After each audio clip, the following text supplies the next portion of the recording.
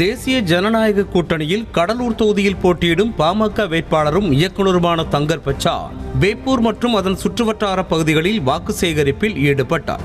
அப்போது பேசிய அவர், பெரியார் மற்றும் அண்ணா படத்தை காட்டி 60 ஆண்டுகளாக 2 திராவிட கட்சிகளும் மக்களை ஏமாற்றிவிட்டதாக குற்றம் சாட்டினார்.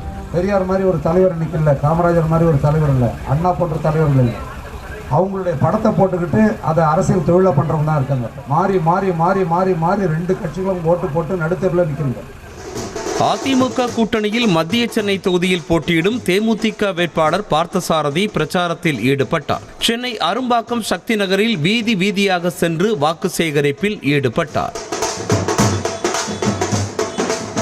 கன்னியாகுமரி தொகுதியில் போட்டியிடும் காங்கிரஸ் வேட்பாளர் விஜய் வசந்த் கருங்கல் பகுதியில் உள்ள மீன் மார்க்கெட்டிற்கு சென்று வியாபாரிகளிடம் வாக்கு சேகரித்தார். பின்னர் பேசிய அவர், மத்திய பாஜக அரசை தூக்கி எறியும் நேரம் வந்துவிட்டது என காட்டமாக கூறினார்.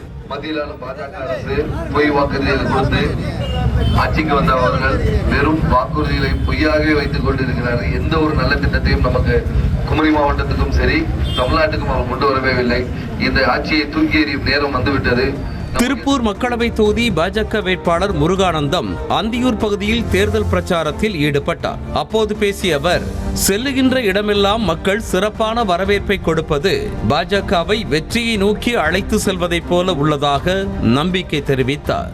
செல்லுகின்ற இடமெல்லாம் ஒரு மிகப்பெரிய ஒரு வரவேற்பை மக்கள் கொடுத்து கொண்டிருக்கின்றார்கள். இது எதை பறைசாற்றுகின்றது என்று சொன்னால், தாமரை வெற்றியை நோக்கி சென்று கொண்டிருக்கின்றது என்பதை தெளிவாக தெரிகின்றது. செய்திகளை உடனுக்குடனும் துல்லியமாகவும் தெரிந்து கொள்ள சப்ஸ்கிரைப் பண்ணுங்க.